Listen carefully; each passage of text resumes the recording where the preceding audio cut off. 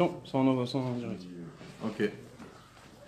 Alors, aujourd'hui, on va faire un shiur sur un sujet très intéressant qui est Chalav Akum.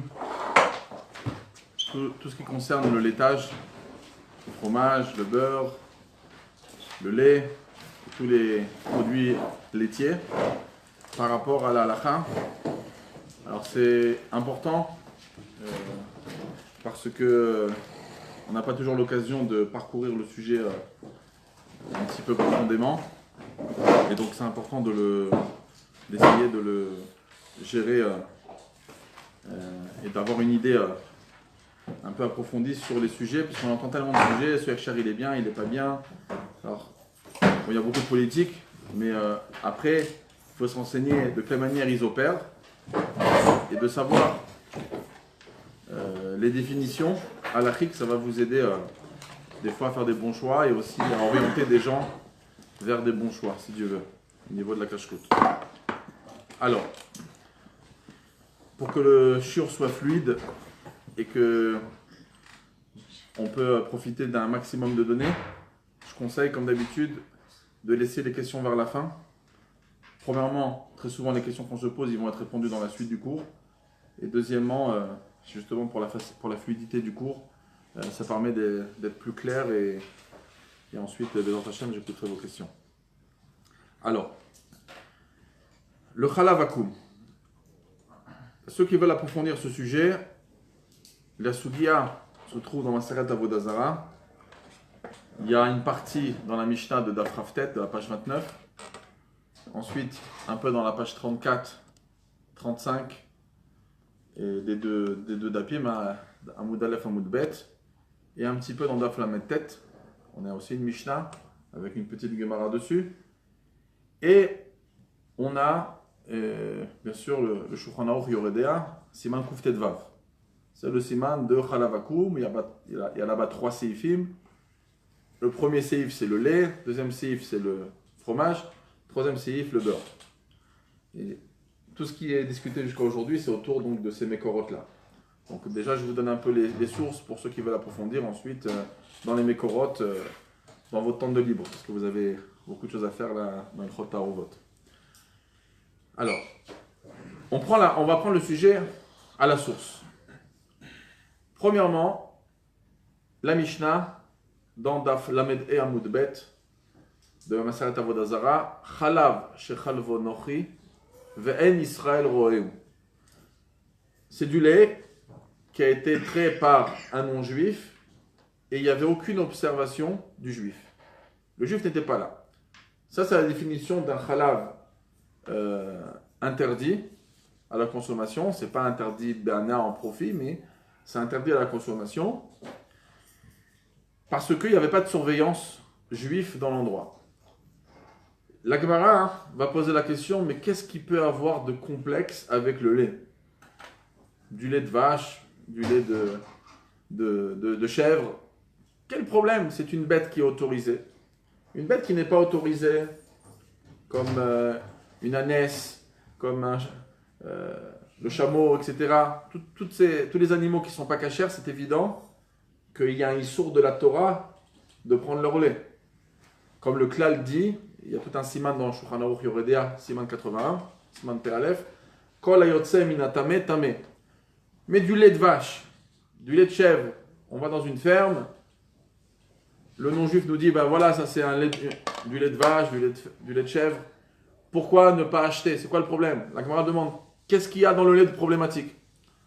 La Gemara répond, peut-être qu'on peut dire que lui nous dit que c'est du lait de vache, mais peut-être c'est du lait d'un animal pas caché, d'une ânesse, d'une jument. Donc peut-être c'est ça le problème. La Gemara dit, c'est impossible de dire ça. Pourquoi? Parce que le lait Taor Chivar, le lait Taor, il est blanc. Le lait Tamé, d'une bête non cachère, Yarok. Bon, si on traduit le mot Yarok, ça pourrait, aujourd'hui en hébreu moderne, ça fait vert. Mais c'est jaunâtre. On sait que chez les Chachamim, le vert, ça tourne entre le jaune jusqu'au vert, même orange. Donc Il y avait moins de couleurs, de noms de couleurs à l'époque. Donc, la couleur, tout le monde peut reconnaître la couleur du lait de jument, ou d'une chamelle, ou d'une ânesse, ou bien d'une vache ou d'une chèvre. Le lait cachère, il est blanc. Donc c'est impossible que c'est ça la raison. La Gemara, elle dit, bah peut-être que la raison, c'est que, comme il va peut-être lui manquer un peu de lait à vendre, quelqu'un il a commandé 2-3 litres, il n'en a pas assez, bah il va compléter avec un peu de lait pas cachère. Donc Shema Yaref, pas qu'il a changé le lait cachère en un lait pas cachère, mais il va en mélanger un petit peu. Quand on en mélange un petit peu, on ne va pas trop reconnaître. C'est sûr que si on en met beaucoup, ben, ça va devenir vert. Mais si on en met un petit peu, et ben voilà, il peut avoir du lait pas cachère à l'intérieur. Alors la Gemara elle dit, mais a priori c'est pas possible que ce soit le problème, parce que Akadosh Baruch Hu, il a fait en sorte qu'un lait cachère, il peut monter en fromage. Et un lait pas cachère, il ne peut pas monter en fromage. C'est qu'on peut faire du fromage de chèvre à base de lait de vache, mais pas à base de lait d'ânesse. On ne fait pas de fromage avec ça. Le lait ne monte pas. Il ne devient pas dur comme du fromage. Donc, on peut vérifier. Alors d'abord, il m'a dit, ok, si Béhémet, c'est pour faire du fromage, alors c'est une chose. Mais on n'achète pas toujours du lait pour faire du fromage. Donc le goy, en sachant que vous achetez du lait peut-être pour simplement boire du lait, eh ben, il peut en mettre, ça c'est un. Et deuxièmement, même si on va faire du fromage, on va décider de faire avec ce lait du fromage, on va essayer, puisque dans sa tête, quand on achète des fois le lait, c'est pas pour faire du fromage, c'est pour autre chose. Lui, il n'a pas peur qu'on va décider de faire du fromage. Pourquoi? Parce que comme la majorité du lait, elle est du lait tahor, et c'est simplement une crainte qu'il a mis un peu de lait tamé, parce que sinon ça se reconnaîtrait, la couleur elle serait différente. Et bien il faut savoir que quand on fait monter un fromage qu'avec du lait de vache ou de chèvre, pas tout monte. Il y a une petite partie qui s'appelle Nisyoubé. La Gemara dit le Nisyoubé que vous avez vu un petit peu dans Sifret par rapport à l'Agdara de Sifret en Siman Pesaïn, par rapport à l'Agdara de Bassar Vechalav. Donc, puisque la crainte c'est qu'il mélange un peu de lait interdit avec du lait cachère, et ben même si je vais essayer de faire du fromage avec, je ne vais pas avoir de preuve que pas tout est monté, parce que même dans du lait cachère, pas tout monte. Donc j'aurai aucune preuve, est-ce qu'il y a du lait tamé ou pas tamé, parce que même le lait tahor ne monte pas entièrement. Donc, c'est pour ça que la Gemara conclut que c'est vrai que notre problème c'est quoi? Pourquoi le lait a été interdit des non-juifs? Parce qu'on avait la crainte qu'il peut mélanger du lait pas cachère. Alors surtout à l'époque, dans les fermes, il y avait tout là-bas. Il y a des chevaux, des juments, surtout dans les pays chauds, il y avait des ânes, des ânesses, des chameaux, des chamelles.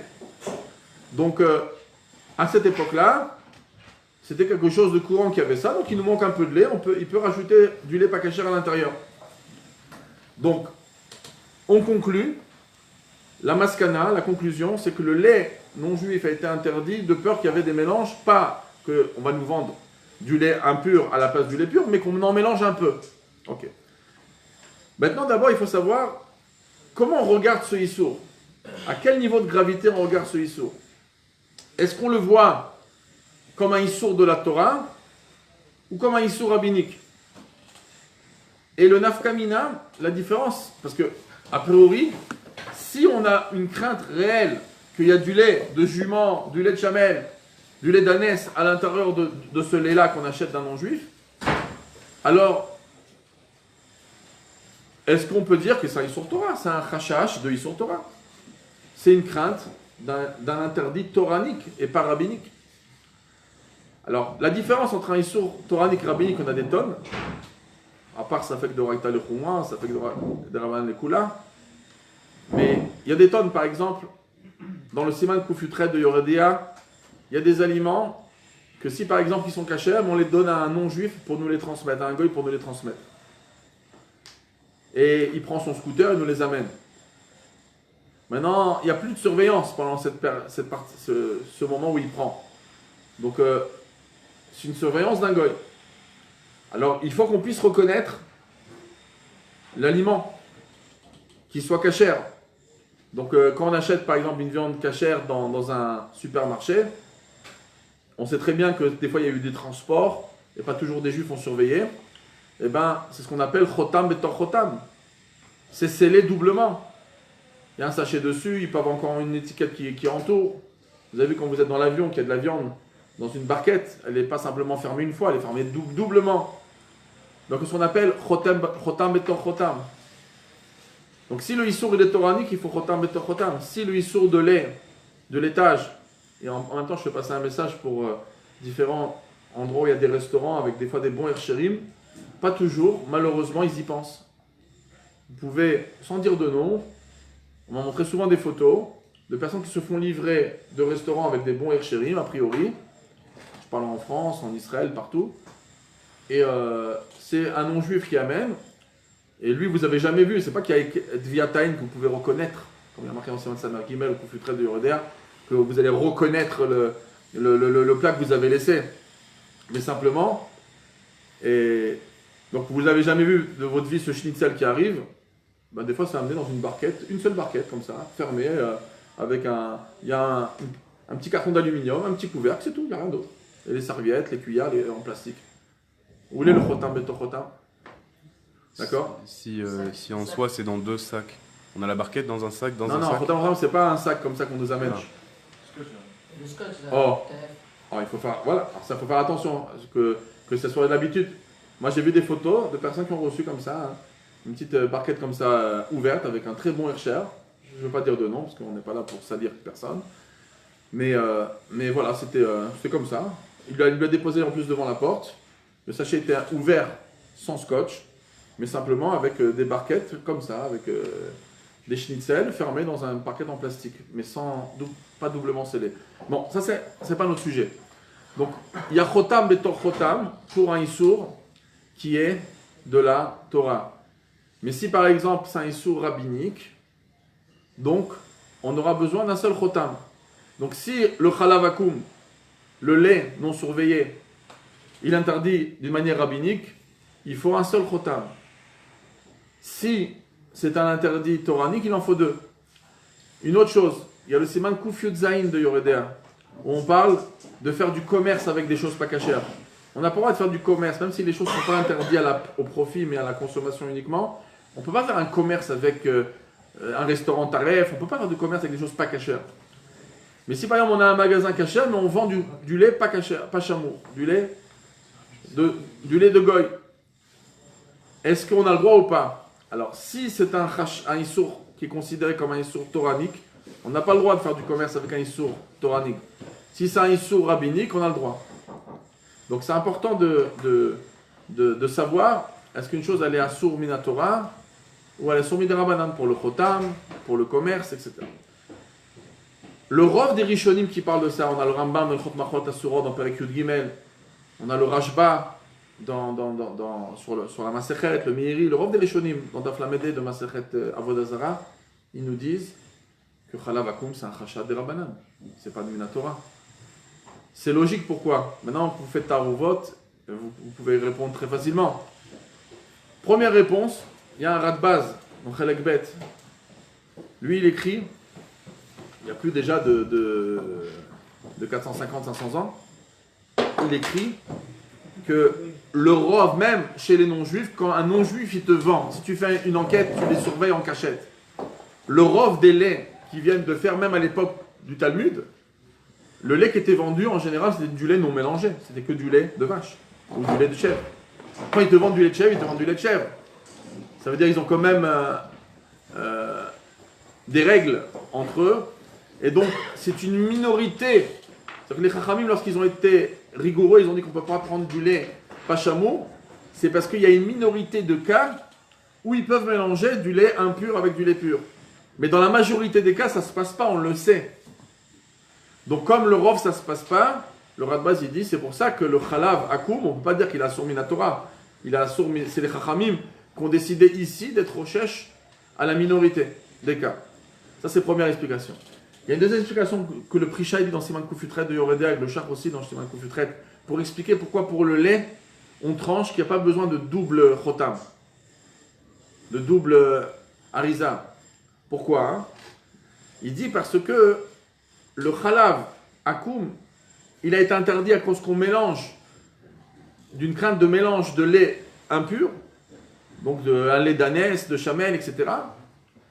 Et c'est évident que le cas, il parle d'une minorité du lait, tamé au lait taor. Parce que s'il y avait une majorité, ça se reconnaîtrait, comme on a dit. Le lait pas cachère, il est plutôt jaunasse, plutôt jaune. Jaunâtre, pardon. Le lait cachère, il est blanc. Donc c'est évident qu'on parle d'une minorité de mélange. Et comme c'est une minorité de mélange, donc Alpi Torah, Min Bemino, Batel Berov. D'accord? Les deux c'est du lait, c'est Batel Berov. Donc, Bekitsur, c'est qu'un chachad des Rabbanan. Donc on est dans un chachad des Rabbanan. Il y a un posek, le Radbaz, ça ce que je viens de dire, c'est la raison du Prisha et du Char, dans Siman Koufutret de Yoredea. D'accord? La première explication que le Rov des laits ne sont pas mélangés, ça c'est le Radbaz. D'accord? Donc on comprend logiquement pourquoi le Rambam, le Rashba, le Shulchan Aruch tranchent que c'est des Rabbanan. Ça fait un nafkamina qui n'a pas besoin de Chotam, Betor Chotam. On peut faire un seul Chotam.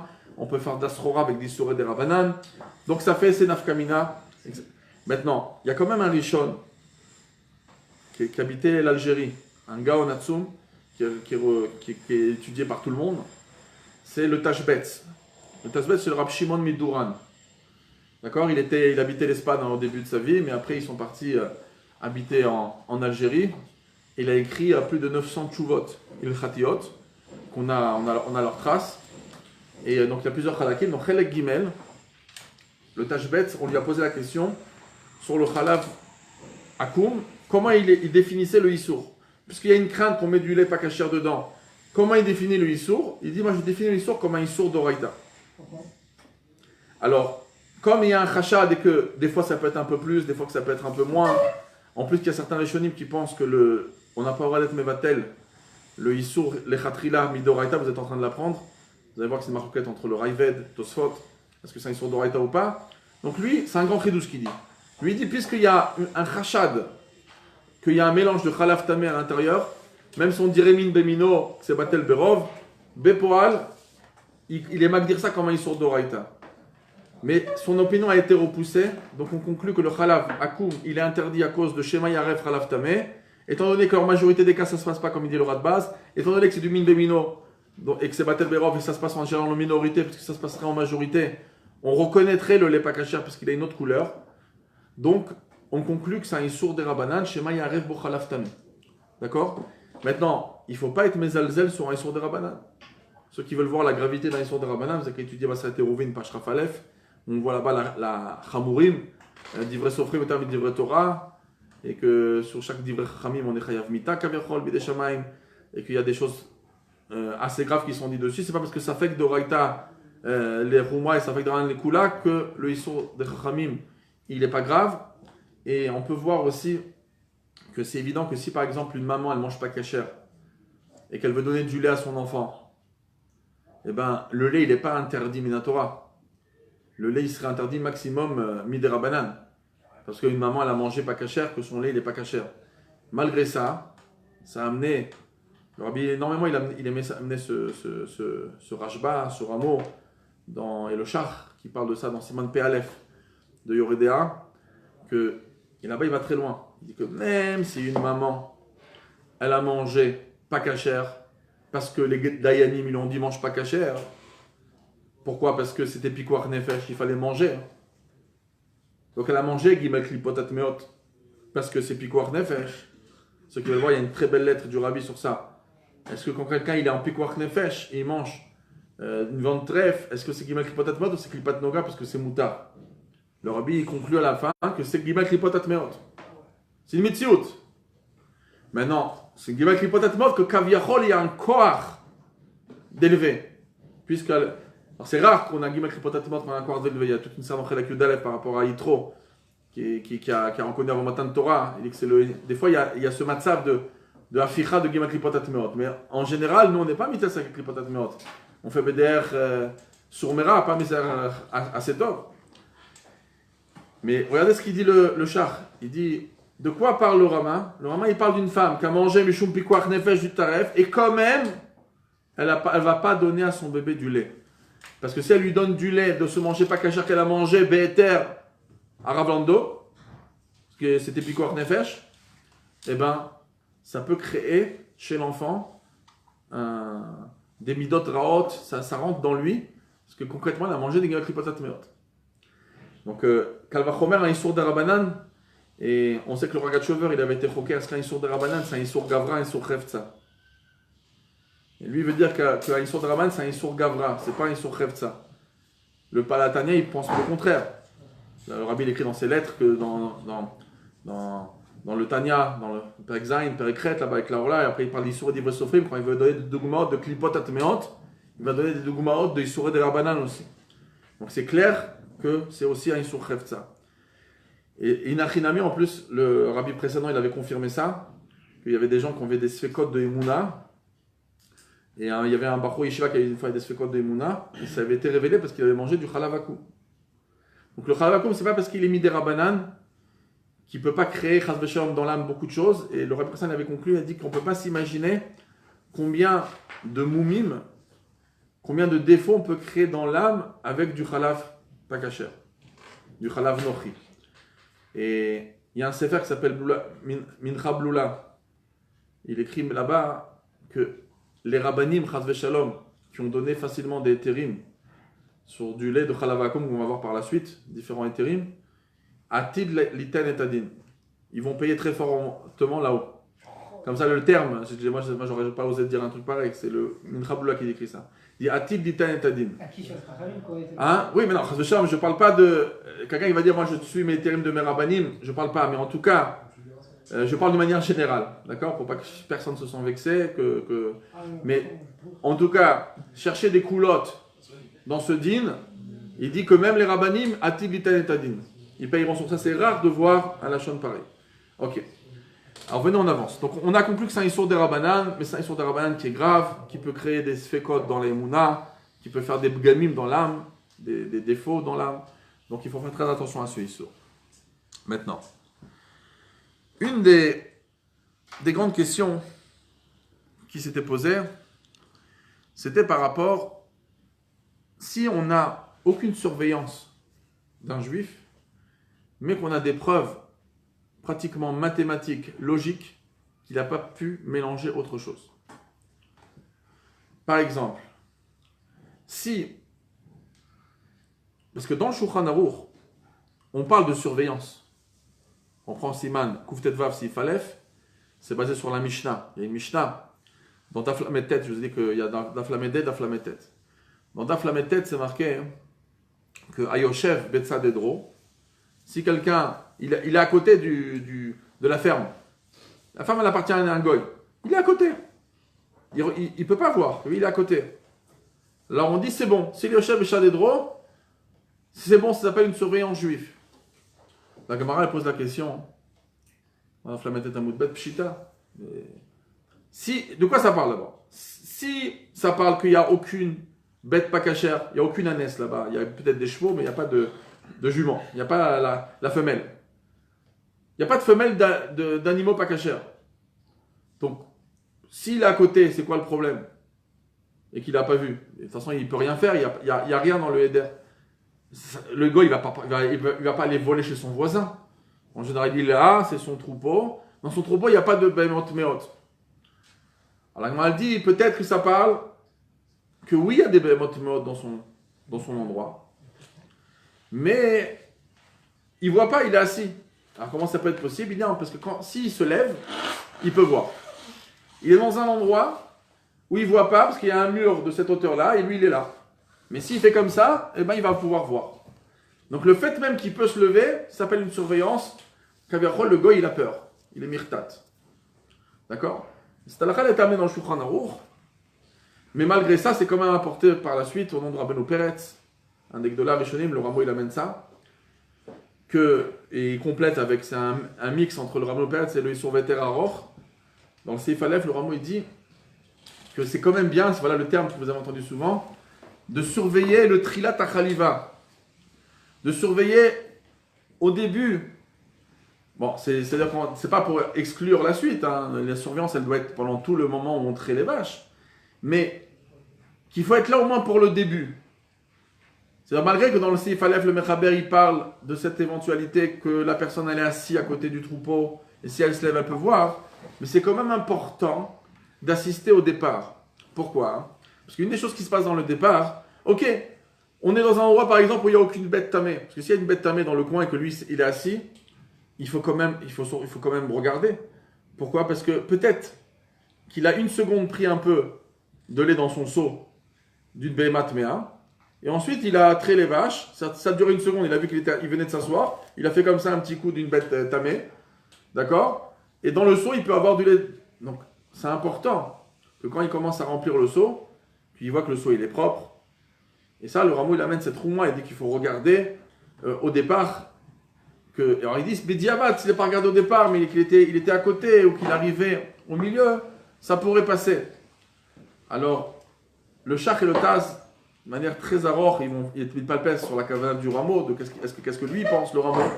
Mais leur conclusion, c'est que c'est évident que même s'il n'y avait pas de bête impure dans ce troupeau, le fait même qu'il n'a pas vérifié le départ, il n'a pas regardé le seau, et il n'a pas regardé le départ de la khaliva, de la traite, eh ben, c'est un problème même Bédiavad. Mais s'il a assisté au départ, après, bon, il n'est pas obligé de rester chaque seconde là-bas.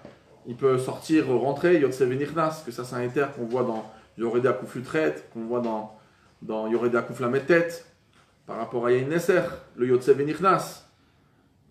Ici, dans Shukranao, dans le Mechaber, on ne parle pas de Yotse Venirnas, on parle de Yosef Betzadedro qui peut simplement se lever et regarder. Mais on parle de Yotse Venirnas. Mais le Shartaz, il dit c'est pas chouette que si dans des choses très graves comme Yain Nesser ou Kouf Lutret, il y a des souris qui peuvent être changés, le Yotse Venirnas, quelqu'un qui rentre et qui sort, eh ben, ça peut être une bonne surveillance. Kavachomer, s'il est assis à côté et qu'il se lève, il peut regarder. Donc, en tout cas, tout ça marche. Mais il faut au moins regarder à la base, au moins au début. Et si on ne regarde pas au début, c'est pas sous le Bédiavad. Par contre, mais qui c'est qui traite les vaches? C'est les servantes. Rabbi Lotan nous raconte ça avec sa servante. Il y a plusieurs dans les Rishonim qu'ils avaient cette histoire. Ils avaient des vaches et ils avaient là-bas des rachelot et il envoyait ça. Et donc, là c'est plus facile parce que il a doublement peur ici. C'est son troupeau. En plus, c'est même pas lui qui gagne. Lui, c'est un serviteur. Il n'a rien à gagner de mettre des choses pas tamées. Donc là-bas, c'est un peu plus calme. On dit que si on a loupé le début, c'est pas grave, on arrive au milieu. Eh ben c'est ok. Ben, vous allez voir, gardez ça de côté, qu'il y a moins de gravité par rapport à une ferme qui appartient à un juif, qui appartient à un goy. Même que les travailleurs sont goy. Quand ça appartient à un juif et que les travailleurs, ce sont aujourd'hui comme en Israël des Thaïlandais qui travaillent, et beaucoup de personnes qui sont non juifs qui surveillent, enfin qui font le travail, eh ben c'est différent quand ça appartient à un juif. Il faut savoir qu'en Israël, on peut dire que la majorité des fermes de behemoth, de bakar, de vaches, ça appartient à des juifs. Par contre, les chèvres, ce lait de chèvre, la majorité d'Afghan appartient à des non-juifs. C'est des troupeaux arabes qui... Bon, les juifs, ils aiment bien les gros ignanim. Donc ils s'occupent des vaches. Mais Bekitso, ça peut faire des nuances au niveau de la gravité quand ça appartient à un juif ou quand ça appartient à un non-juif. L'affaire. Bon, maintenant, on va y revenir. Donc concrètement, la seule chose que j'ai envie de vous dire pour ne pas vous embrouiller, c'est qu'il faut une présence, il faut une surveillance du début à la fin, ou au début et après on fait des allers-retours, comme ça se passe très souvent dans les fermes aujourd'hui. Je pense qu'il y a des fois des barfouim qu'on fait pour faire un peu d'argent, des fois on fait un peu pendant les vacances, on fait du halav, des fois à New York, en Amérique, dans différents endroits. Et vous voyez, ils ne vous demandent pas d'être là-bas 24 heures sur 24, ils vous disent que voilà, tous les 20 minutes vous pointez, des choses comme ça, tous les un quart d'heure vous pointez, 20 minutes vous tournez, vous rentrez. Quand il va aller fumer sa cigarette dehors, un petit peu, bon, il est à côté de la ferme, il fait des allers-retours, il regarde au début que les seaux sont propres, il regarde aujourd'hui. C'est pas quelqu'un qui fait comme ça, c'est des tuyaux qu'on met, c'est tout électronique, d'accord? Donc il faut regarder que tout est propre, mais il faut une surveillance. Mais la question qui s'est posée, et s'il n'y a pas de surveillance? mais que la logique, c'est que vous êtes prêt à parier ce que vous voulez, qu'il n'y a pas eu de problème. Alors, par exemple, et là suivez bien parce que c'est la source de la fameuse grand dioun. Est-ce que comment des Rav, j'ai vu Rabbanou Tarachit et a marqué Chalav Nochi. D'accord? Donc j'ai envie de comprendre. J'ai Oyou, mais Nochi, Deri, etc. Et c'est pas. On a envie de comprendre. Donc là, on est dans le vif du sujet, donc on va bien comprendre. Ah.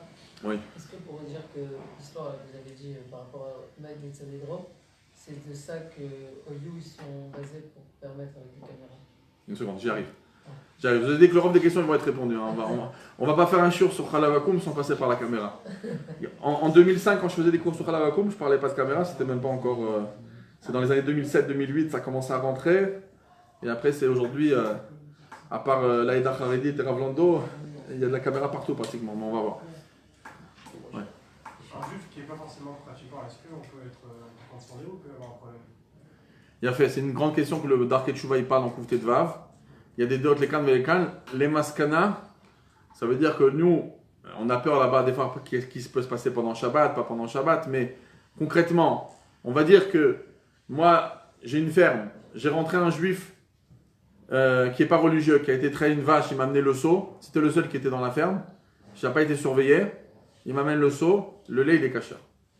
On ne donne pas le din, même qu'il y a des pilpoulim, vous allez voir dans le Kouf Yudbet, dans le premier Pitre Tshuva, le Kouf Yudbet de Yoreda, le premier Pitre Tshuva de Kouf Yud Gimel, par rapport à Bishulakoum, Patakoum d'un juif pas religieux. Pour le Khalav, il y a des autres qui sont marmirot, la Dark Tshuva, mais les maïsé, on ne va pas considérer ça comme un Khalavakoum. D'accord? Alors venez, on avance pour que le shiur soit fluide et on ferait les questions à la fin. Alors, la question elle s'est posée. On va commencer avec le Pri Chadash, malgré que cette question elle s'est posée avec le rat de base avant le Pri Chadash. D'accord? Le Pri Chadash, Rapriska d'Issilou, il a vécu il y a environ 350 ans. D'accord? Et donc lui, il parle de cette situation. Lui, il était rave en Italie, et ensuite il est devenu rave à Jérusalem. Il était rave à Yerushalayim, il est enterré à Razatim, le Pri Chadash. D'accord? Oui, avec à côté du Rochem Akadosh. Oui. Vous avez vu les Sfarim, vous devez avoir ici Perot Genosar. Vous avez sur le Shulchan Yoredea, vous avez le Pri Chadash, le Pri Toar. Pri Toar, c'est au Rochem Akadosh, le Pri Chadash. Rabbi il était après le Chartaz. Et donc, lui, il écrit dans Sif Katan Vav, dans Siman Kouftet Vav. Rappelez-vous, c'est le Pri Chadash populaire de Khalavakoum. Donc, à ne pas manquer. Sif Katan Vav, donc Siman Kouftet Vav. Pri Chadash, il raconte que dans ses tournées, il est arrivé en Hollande, à Amsterdam. À Amsterdam, il y avait des kilotes Ashkenaz et des kilotes Sfarad, du Portugal. Donc il était dans une communauté de Sfaradim portugais. Et là-bas, chez eux, ils prenaient le laitage des non-juifs sans aucune surveillance. Et c'était des rabbins, des chachamim et tout. Et il a été d'accord. Pourquoi? Il dit non seulement, il y a deux permissions. Non seulement qu'il y a beaucoup d'endroits là-bas où dans toute la ville, il n'y a pas de bêtes non pures. C'est à moins des chamors qui tirent des choses, peut-être qu'il devait avoir, ou des chevaux, mais des jumelles, et des juments, pardon, ou des chamelles. Il n'y avait pas. Donc il dit, si j'ai une ville, où dans cette ville-là, il n'y a pas d'animaux, pas cher. C'est pas simplement dans le troupeau qu'il n'y a pas, dans toute la ville il n'y a pas. Ou une autre chose. Il y en a, mais ça coûte beaucoup plus cher. Quand tu es au Moyen-Orient, où il y avait les Chachamim, je sais pas moi, en Iran, Irak, bon, tu as des tonnes de chameaux, du lait de chamel, ça va, c'est pas cher. Donc là-bas, peut-être les Chachamim, ils ont eu de quoi avoir peur, qu'on peut prendre du lait, il peut compléter avec du lait de chamel. Mais si le lait de chamel, il coûte beaucoup plus cher, tellement qu'il est rare, il est tellement cher, il n'y a aucune raison pour qu'un non-juif, il va te mettre du lait pas cachère qui coûte très cher. Juste pour t'énerver. Hein? Peut-être qu'il peut faire ça juste pour t'énerver. Bon, alors de penser comme ça, il y a marqué dans Koufutret qu'on va pas penser qu'un goy, il faut qu'il ait un intérêt pour faire quelque chose. En plus, dans la Sugia de Daf Raftet jusqu'à Daf Lamedé, il y a toute la première Mishnah de Avodah Zarah là-bas qui parle de plein de choses interdites. Parmi les choses, il y avait de l'huile qui avait été interdite à l'époque. Il y avait le mourias. Mourias, c'était de l'huile de poisson. Et dans l'huile de poisson, ils mélangeaient les goïms là-bas un peu de vin. Et la Gemara elle raconte dans Daf Lamed Dalet qu'il y avait un rave il envoyait toujours des mashgiach surveiller le bateau qui arrivait de Chutz Laaretz avec par les goïms, l'huile de poisson. Et il les surveillait. Alors les Chachamim lui ont demandé, mais attends, mais tu surveilles à partir qu'ils arrivent en Terre Sainte, ou à partir où ils arrivent chez nous là-bas en Bavel, mais qu'est-ce qui s'est passé dans le bateau? Qu'est-ce qui s'est passé dans leur pays? T'as pas surveillé là-bas. À quoi c'est ça que tu surveilles à moitié? Ou tu surveilles depuis le départ? Il a répondu, il dit non, il dit parce que chez nous, le vin, il est moins cher que cette huile. Donc chez nous, on peut avoir peur qu'ils ont mélangé de l'huile, du vin. Mais chez eux, dans leur pays à eux, le vin, il est beaucoup plus cher que l'huile de poisson. Comme c'est beaucoup plus cher, eh ben, ils n'ont aucune raison de le mélanger. Ça peut donner une base très forte au prix Hadash. Il dit, regarde, ça veut dire que, malgré que ça a été dit sur le mourias, on peut dire que Khalavakum c'est différent, puisque c'était une xéra, et que dans la majorité des endroits, on pouvait mettre du Khalav Tamé, ça pouvait se passer quand même. Et ben on a fait un loplouk, on n'a pas fait de différence entre un cas et un autre. Et que peut-être pour le mourias, c'est différent, pour l'huile de poisson. Mais en tout cas, c'est une des sources qu'on peut apprendre, que si la logique me dit qu'il n'y a pas de raison qu'ils mélangent, donc le prix Hadash, il dit, on peut être sommaire sur ça. Et le Radbaz, avant lui, Rabbi David Ben Zimra, lui il écrit aussi que si dans la ville il n'y a pas de Khalav Tamé et qu'il n'y a pas de raison logique qu'ils vont aller chercher spécialement de Khalav Tamé, il dit c'est pas une zéra ici le Khalavakum, une zéra que c'est interdit. Un Khalav qui n'a pas été surveillé par un juif c'est interdit. Non, c'est interdit à cause d'une raison. À cause qu'on a peur qu'ils mélangent du Khalav Tamé, mais si je retire l'éventualité d'une manière logique, alors j'ai plus de problème. Il dit c'est pas comme le fromage, il va faire la différence entre le fromage, on va en reparler. Mais le fromage, lui, il a été interdit pour une autre raison, on va voir pourquoi. Le fromage est interdit, à la suite du chiot. Mais le fromage, lui, il est interdit coûte que coûte. Même si on est sûr qu'ils ne vont pas faire monter du fromage avec la peau de l'estomac, d'une bête, quand même c'est interdit. Mais ça, c'est pas quelque chose qu'on appelle Nessar Beminyan Chachamim. C'est pas une xéra comme ça, c'est une xéra logique. C'est à cause d'une raison que ça a été interdit. Et sans la raison, il n'y a pas de problème. Alors, le Higrot Moshe, et là vient le fameux éther, parce que des fois, on n'entend pas trop parler du prix Hadash quand on entend ce éther, ou on entend le Radbaz. On entend plutôt Moshe Feinstein a permis le Khalav Akum sur le principe du prix Hadash. Lui, il va plus loin, il va dire que même peut-être les Cholkim du prix Hadash, ils sont stricts d'accord, mais on va voir qui est Cholek sur le prix Hadash. Mais le Higrot Moshe, donc ces lettres, ils sont hyper populaires. D'accord? C'est Yoredea, Siman, même He, même Vav, même Zain, même Chet, même Tet. Une chouva après l'autre. Où il impose son idée de dire aux États-Unis, il y a une svara encore plus forte que le cas du prix Hadash.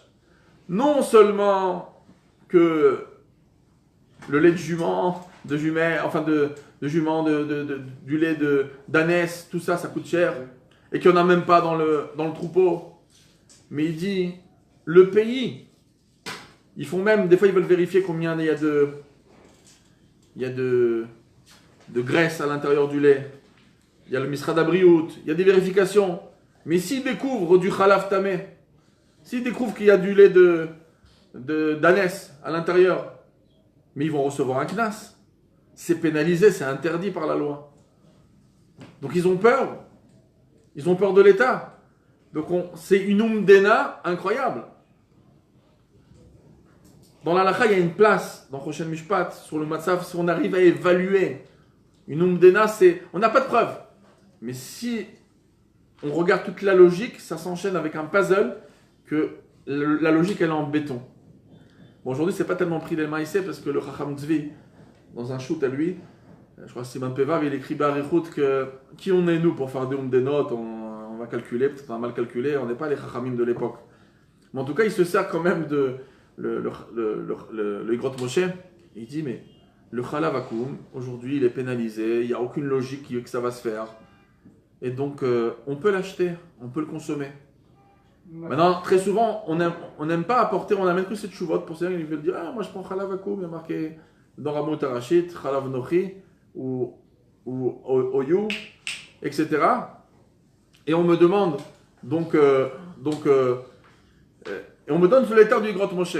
Ben, il faut quand même rappeler, d'accord, à ces messieurs qui aiment apporter le Grot Moshe, de leur faire référence. Je dis, vous amenez le Grot Moshe de Chelek Aleph de Yoredea, mais il y a un Grot Moshe dans Chelek Bet de Yoredea. Je pense que c'est Siman Lamed Vav. Et dans Siman Lamed Vav, le Grot Moshe, c'est quand même expliqué. Il dit, mais moi je parle pas au Talmid des Chachamim, je parle Bishat Atrak, quand ça coûte très cher.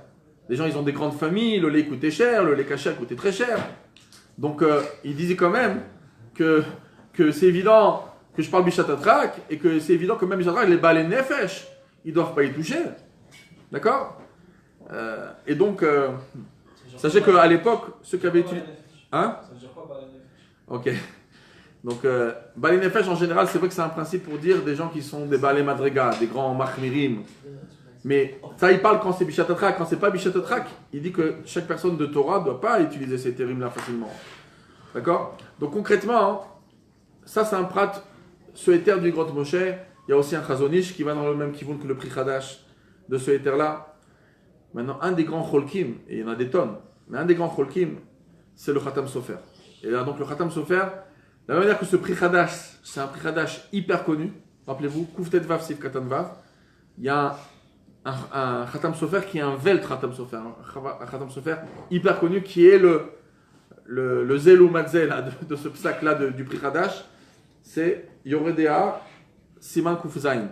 Encore une chouva connue. Même le Khatam Sofer au début, il y a des petites agotes du Shulchan Khatam Sofer, vous savez, dans Yoredea. Alors il écrit Ayel Mashekatafti Beshut Koufzain au début de Kouftet Vav. Donc dans sa chouva, hein, il attaque énormément le concept du Pri Chadash. D'abord, il y a des Rishonim qu'on peut être médaillek, que c'est Wing Zera, l'Echol Davar avec un Loploug. S'il n'y a pas de surveillance, même si tu fais tes calculs mathématiques de ce que tu veux, ça ne va pas t'aider. Et des Rishonim qui le dit, le Torah Tabaï Tahor du Rashba, dans Perek Gimel. Là-bas, il écrit Mefourash, que c'est une Zera qui est Beminyan Chachamim. Donc, c'est un Loploug, c'est pas parce que logiquement tu arrives à la même conclusion. Non, il n'y a pas de surveillance. Chalav Shechal Vonochi. Ven Israël Roéou, et qu'il n'y a pas les Tnaïm de Yoshev Betzadedro, qu'on a dit de Daflamet et Amoudbet, il n'y a pas de Eterim. Et le Khatam Sofer, il continue, il dit comme ça, il dit ok, eux les Sfaradim, pourquoi il dit eux les Sfaradim? Parce que c'est pas qu'il n'y a pas un Bet Yosef qui est Mekel. Le problème, c'est que le Pri Chadash dit que quand il est arrivé à Amsterdam, dans la Kila Sfaradite, qui était des Portugais, eux, ils avaient ce terre-là. Et donc, le Khatam Sofer, en voyant ce terme-là, il dit, ah, c'est-à-dire que les Sfaradim, ils sont Mekel. Il dit, ok, les Sfaradim peuvent être Mekel parce qu'ils sont sommaires, mais nous, de toutes les manières. Premièrement, je ne suis pas d'accord avec leur psaque parce que je pense que c'est erroné. Et le Torah Tabet du Rajba, il prouve le contraire. Et Rashi, il prouve le contraire. Alors, le Charidura aussi, il amène à Rashi, qui prouve le contraire, mais ce Charidura, hein, ça, il amène à Rashi dans une chouva. Le Khatam Sofer, lui, veut rentrer ça dans le... Il arrive à faire un petit pile-poule, il rentre ça dans un diouk de Daflamede Amoud Aleph de Rashi dans Masechet Avodah Zara. Agab, il y a une autre Zvara qui a porté sur Chalavakoum, j'ai dit Shema Yarev Bo Chalav Tameh, de mettre du lait pas cacher. Vous savez qu'une des mashkim qu'on n'a pas le droit de laisser dévoiler toute la nuit, c'est le lait. Dans le Yerushalmi, Perek Bet Avodah Zara, la Chachet, là-bas c'est marqué Mekourash, que là-bas on a interdit le Chalavakoum parce que c'est Mishum Gilouy. Dans le Bavi, ça n'a pas été amené. Par contre, dans Daf Lamed et Amoud Aleph, il y a un Tosfot d'Ibra Matril Lefi, là-bas le Rabbeinu Tam, il amène Mefourash. Que la raison c'est Mishum Gilouy, comme ça il commente la Gemara, il dit c'est Yassou Mishum Gilouy, ve Katavri, chez Mekor, Rabbeinu Tam Yerushalmi, comme ça il écrit là-bas dans Tosfot. Mais en tout cas, il y a, bon, Agav, il y a un Tzemar Tzedek dans dans Yoredea Simanaïn Vav, qui amène Mefourash que pour lui, malgré que beaucoup sont Mekel sur Gilouï Bismanazé, il y en a qui amènent cette chouva pour montrer que le Tzamartzek ne tient pas de Gilouï, à part la preuve dans Rechaïn Bet de Ilchot Kiddush, dans le Terebe qui dit qu'on n'est pas Rochesh à Gilouï Bismanazé, d'accord? Sauf pour Kiddush. Et le Tzamartzek il le confirme encore une fois dans Simanaïn Vav. Mais en tout cas, hein, je reviens au Khtam Sofer, Khtam Sofer il dit comme ça. Il dit, vous les Sfaradim vous êtes Mekel, mais nous, on a un minag Mefourach que c'est pas comme ça. Si on n'a pas de surveillant juif, même si la logique, il n'y a pas ici dans toute la ville une bête méa qui peut donner du lait, ou bien ça coûte plus cher, nous on ne tient pas dans cette logique-là. On va d'après le Charedoura et Rashi, on va d'après le Makor que j'ai dit, le Torah Tabaï du Rashba. Et donc on n'est pas Mekel sur ça, c'est sûr que c'est une Zera. Et après il y a un Khalkat Yaakov qui était Rav en Suisse, de Schweitz. Et là-bas, il amène encore des preuves très très fortes du chasse pour renforcer toute cette chita. Une des grandes preuves, c'est d'Afka un rameau dans Shulchan Aruch. Quand un goy il fait du lait pour faire du fromage, lui-même, le but qu'il a trait le lait, c'est pour faire le fromage. Là-bas, c'est sûr qu'il ne va pas mélanger du khalaf tamé, ça ne sert à rien, ça ne peut pas monter. Et bien, si nous on arrive au stade avant qu'il fasse le fromage, mais il a déjà trait les vaches, il dit si tu veux boire ce lait-là, si tu veux manger le fromage après qu'il a été fait, encore tu peux dire que ça passe, Bediavad. Malgré que Chartaz, ils sont collègues, on va parler par la suite, on n'a pas parlé encore de Gvinot. On va en parler. Mais en tant que lait, c'est sûr que c'est interdit. C'est-à-dire que c'est intéressant. C'est-à-dire s'il en fait du fromage, c'est bon, mais avant qu'il en fasse du fromage, tu veux le prendre en tant que lait, pourquoi c'est mitzvah de l'oploug? Comme ça, ça sort du rameau. Donc, c'est une preuve très forte, cette chita. Aussi une preuve de d'Aflametet. Ayeoshev Betzadedro. Et même qu'il n'y avait pas de Behemot Meot. La Gemara a dit, s'il n'y a pas de Behemot Meot, c'est Pshita. Ça parle qu'il y a oui des Behemot Meot. Alors pourquoi c'est Yoshev Betzadedro? C'est bon parce qu'il peut se lever et regarder. Mais ça veut dire que s'il n'y a pas de Behemot Meot, c'est Pshita que ça marche en étant assis sans se lever. Mais pourquoi il faut qu'il soit assis à côté? Ça prouve bien qu'il faut une présence juive. Ah, mais il n'y a pas de Behemat Mea là-bas. Mais non, mais c'est un loploug. S'il n'y a pas de surveillant juif, alors une surveillance s'appelle qu'un juif il est à côté. Après, je vous rappelle, je vous ai dit le rameau au nom de Rabbeinu Peretz, et sur Veter qu'il faut être là au début de Bitrata Khaliva, regarder le saut, etc. Et que sinon, le chartais, ils sont marmir même Bediavad. Pas comme le Lachon Pachot du rameau, qui dit que Bediavad c'est bon. Donc, regardez ce que Khtam Sofer il écrit. Il dit donc, je ne suis pas d'accord avec eux. Et deuxièmement, même s'ils ont raison, on va dire qu'ils auraient raison, le minag il est l'achmir. Et il dit un lachon incroyable. Il dit Nimtsa kulato zo khumrato. Il dit la kula c'est la khumra c'est la kula. Il dit pourquoi? Il dit si tu veux être mekel comme les mekilim, t'as une khumra parce que le minag il est assour. Et si c'est mitzad minag que c'est assour, c'est encore plus grave. Il dit que quelqu'un qui est au quelque chose mitzad minag, ça vient d'un din de Neder. Il dit c'est comme un din d'Oraïta. Donc il dit si t'es Mekel, tu prends en plein visage, tu te prends une claque dans une sorte d'Oraïta de Mishum Neder. Oui, comme ça il dit le Khtam Sofer. Il dit Nimtsa, Khumrato, Kulato, Kulato, Khumrato. Il dit si t'es Mekel, c'est encore pire, parce que ça veut dire que c'est interdit Mitzat Khumra, pas comme vous les Sfaradim, que vous êtes Mekel. Agav, il n'a pas aimé le Petach HaDevir, qui était un grand Rav Sfarad en Turquie, à l'époque de Rav Chaim Paladji, à l'époque du Maharash. Et il n'a pas aimé le terme de Khtam Sofer. Il dit, vous les Sfaradim, quoi, tu nous traites, nous les Sfaradim, de Mekel sur Chalavakum? C'est pas parce que le monsieur Prichadash, il est parti chez une communauté portugaise de Sfaradim que tu nous mets ça sur le dos. Nous les Sfaradim, on a toujours été marmir sur ça. Comment toi, Khtam Sofer, tu peux nous dire qu'on est des Mekilim? On n'est pas Mekilim. Surveille ton langage. Tu as vu le Prichadash qui a dit que la communauté Sfarad du Portugais qui habitait Amsterdam, elle était Mekel. Mais les Sfaradim, on est tous marmir. C'est intéressant, le Petar David Rapraim, il dit on est tous marmir dessus. Le Chida aussi dit que les marmir. Le Sdechemed, il écrit Barichout. On a toujours été marmir. Pas comme le Prichadash. Malheureusement, des fois on ne donne pas ces informations aux gens. On dit non, on est Mekilim, Les gens, le Rov sont Mekilim. Non. Donc, Bepoel, le Khtam Sofer, c'est un grand marmir. Nous, on est des grands mahmirim dans les lettres du Rabbi et Bichlal. Beaucoup de poskim sont hyper mahmir sur ce din-là de Chalavakum. Et même s'il y a des super grandes logiques, c'est une xéra, le chol davar, s'il n'y a pas de surveillance, on n'a pas be'etzem de éther, oui.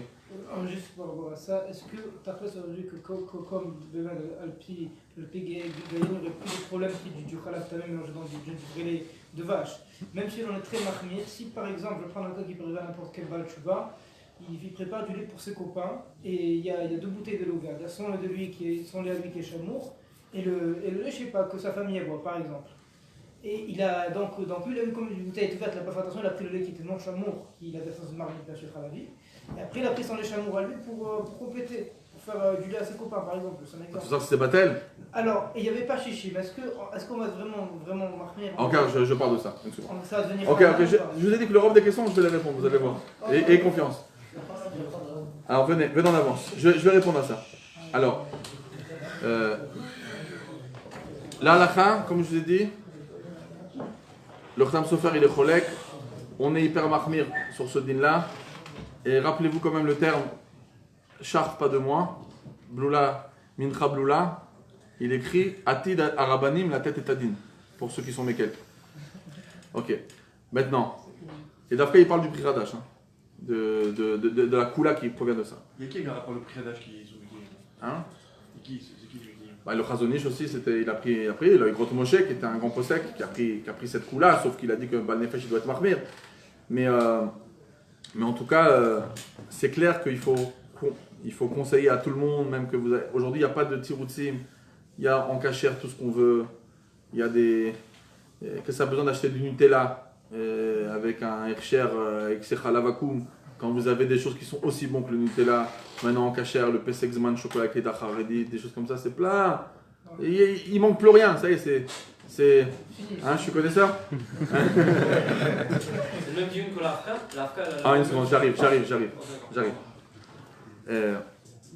Donc, Takles, il faut être mahmir sur ça. C'est tellement facile aujourd'hui d'être mahmir, il y a tout ce qu'il faut pour être mahmir. Et le Khalavakum, comme j'ai dit, c'est hyper chamour, c'est metamtem et ta moire, ça peut créer des sfekot de Imuna, comme le rabbi l'a mis en de son beau-père, etc. Maintenant, une ékouda importante sur le Khalavakum, pour répondre à ta question, c'est que est-ce que c'est au ser mamash? Est-ce que c'est au ser un cli? Est-ce que c'est pas au ser un cli? Est-ce qu'il faut shishim? Il ne faut pas shishim? Dans les shitot, on voit 3 shitot, mais après je vous dirai la chalema ici. Il y a la shita, simplement pour vous dire à quel point c'est chamour.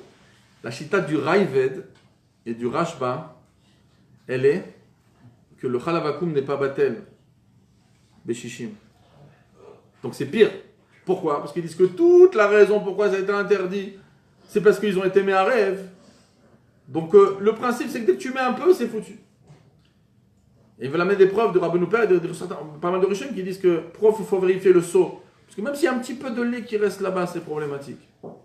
Donc ils ne sont pas rentrés ici. Comme ils ont interdit le concept qu'ils peuvent mélanger, ils ne sont pas rentrés dans le maintenant. Est-ce que c'est Batel Béchou ou pas? Donc c'est pas Batel. Afilou Béchichim. Une seconde. Il y a une chita que c'est Batel Berov. Le Issour Veter Aror, il pense que le Khalavakum il est Batel Berov. Comme vous allez voir par rapport à Patakoum, donc au Bet, il y a un moussak de Batel Berov. Donc il dit que c'est Batel Berov. Il y a une chita qui est celle de la Halacha Lemaïseh, que c'est Batel Beshishim, mais il faut Shishim. D'accord? Donc le Khalavakum, ça peut être Medouyak du Lachon du Rama. Le Rama dans Kouftet Vav, s'il fallait, il dit que ce Issour, il est Oser Kechol Isourim. Et il est Oser les Kelim. Il faut savoir que le Rebbe, il y avait des yeshivot qui avaient utilisé le éther de Ramoshe Feinstein parce que c'était tellement cher le lait kasher, et quand tu as 300 bachurim à nourrir, ça fait des grosses différences de prix. Ils avaient utilisé le éther de Ramoshe Feinstein parce que les gens avaient en plus pensé que le Rebbe, il avait énormément dit plusieurs fois, alors il a utilisé des lachons très honorifiques pour le Ramoshe Feinstein en tant que grand possécador, etc. Le Rebbe utilisé des lachons très forts sur le Ramoshe Feinstein en kavod. Donc ils avaient utilisé le éther. Quand le Rebbe il a entendu ça, il a demandé de cachériser les kelim. C'est-à-dire que, comme le rameau, le keli il est assourd, et le char, sif katan yudzain en kouftet vav, il dit qu'il faut shishim, et il comprend comme ça dans le rameau. Il faut faire attention, parce que quand vous étudiez le char, si vous étudiez que le char tetzain, tetvav, Alors, au début, il prend le pshat du Yisur Ve'eter, mais après, il revient sur ce qu'il dit. Il dit, mais le rameau, ça ne marche pas qu'il tient qu'il faut shishim, b'etzem. Donc, quelqu'un qui lit le shach, le deux shach avant, il peut arriver en conclusion que le rameau, il est mekel, qu'il faut que c'est batel berov. La maskana, c'est qu'il faut shishim. Et c'est au ser le kelim. Et il y a un shach, miyuchad, shach sifkatan yodelet, il pose la question, il dit, mais comment ça se fait que dans Bishul Goy, il y a des déotes, la dernière halakha de Kufyud Gimel, Bishul Goy, il y a des déotes qui pensent que c'est pas au ser le kelim. Nous, on pense que c'est oui au ser le kelim. Mais il y a des déotes qui pensent que c'est pas au ser le kelim. Il dit, les déotes qui pensent pas, pourquoi ici, le chalavakoum, il est oui au ser le kelim? Il dit très simple, il dit, parce que le Bishul Goy, l'aliment, il est complètement cachère. Simplement parce que tu ne veux pas venir te marier avec eux. C'est la raison essentielle. C'est vrai qu'on dit qu'on a peur qu'il va mettre du tamim. La raison sur ça, c'est Mishum Khatnout. Donc il dit le etsem du ma'achal, il n'a pas de problème. Par contre, le chalav nochi, toute son interdiction, c'est de peur qu'on mette du chalav tameh. Donc comme on a peur de mettre du chalav tameh, ça veut dire que le chashad, il est basé sur un chashad de raïda, malgré qu'on a que c'est un sur de rabanan. Donc il dit c'est pour ça que c'est sûr que c'est au ser le kli. Maintenant, il y en a qui vont vouloir faire des pilpos, ils vont dire ok, peut-être qu'on ne tient pas de Igrot Moshe, on ne va pas prendre du Chalavakoum, mais si on l'a pris, alors peut-être qu'on peut être sommaire sur le prix Khadash et les Mekilim, comme le Radbaz, pour dire qu'au moins ça ne s'interdit pas les Kelim. Non, le Rabbi sur ça, il a dit qu'il faut cacheriser les Kelim. Sur du lait qui a été utilisé aux États-Unis lorsque il y avait la pénalité de l'État d'utiliser du Khalav Tameh, sur ça, c'est au Kelim. Donc nous, on le voit comme un Chalavakoum entièrement. On voit ça, que c'est Metamtem le moire, que ça donne des secrets de Emouna, etc. Juste par rapport à ce que j'avais posé donc, si maintenant il avait versé ces deux laits, il n'y avait pas chichim, est-ce que ce serait mon tard de rajouter du éther, d'autres du Khalav Israël pour que ce soit battel, ou déjà il y a tout qui est devenu Khalav, où on dit on va dire Khalav maintenant c'est ça? Non, puisque c'est un Issour de Rabanan, Oui. d'accord. Alors pour la Shita des Sfaradim, que c'est Hanan Beshar Isurim, il n'y a pas c'est Shara Isurim, donc il n'y a pas Hanan. Pour notre Shita, hein, oui. alors Aleph c'est l'Arbelach, d'accord.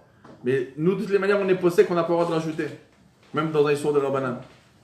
Donc même s'il n'y a pas Shishim, tu ne peux pas rajouter à Shishim. Okay. Comme c'est marqué dans Tzadiklet, c'est Iva. Vous n'êtes pas encore arrivé là. Donc venons, on avance.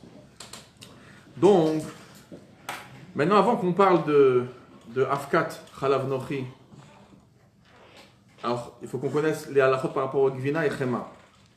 Mais juste avant ça, on va parler d'un prat rachou. Il y a ce qu'on appelle déjà le dioun de la vidéo, de la matslema, par rapport à ce din. Alors, à l'époque, ça avait fait énormément de balagan. D'accord? Parce qu'il y a des années, tous ceux qui ont travaillé quand ils étaient jeunes dans le Chalav Akoum, ils se rappellent qu'il n'y avait pas de vidéo. C'était la présence. On regardait les seaux, on regardait la tuyauterie qui est propre. On assistait au début. Des fois, on sortait, on rentrait, on était juste à côté. On nous demandait de faire acte de présence tous les 20 minutes environ. Dans les meilleurs Hersherim, on avait Yotsev Nichnas ou le Yoshev Bedro. Et donc, c'est comme ça que ça fonctionnait. Aujourd'hui, dans les Hersherim Mehadrim, il y a beaucoup de vidéos qui fonctionnent. Maintenant, l'état note de la vidéo qui vont dire c'est un problème parce que tu ne peux pas voir tous les angles, ici ils coupent la vidéo et on peut faire des trucages et compagnie. Ça, c'est l'état note qu'il y avait en 2007-2008. Des fois, les rabbinim ou les gens qui étudient ce sujet, mais ils lisent des katavot anciennes. Alors, des fois, ils ne sont pas à la page, il faut se mettre à la page. Aujourd'hui, il y a 18 vidéos, d'accord, minimum, de 18 à 20. Donc, sur les sauts, sur chaque chose. Si une seconde ça s'arrête, ils le savent, ils ont une alerte.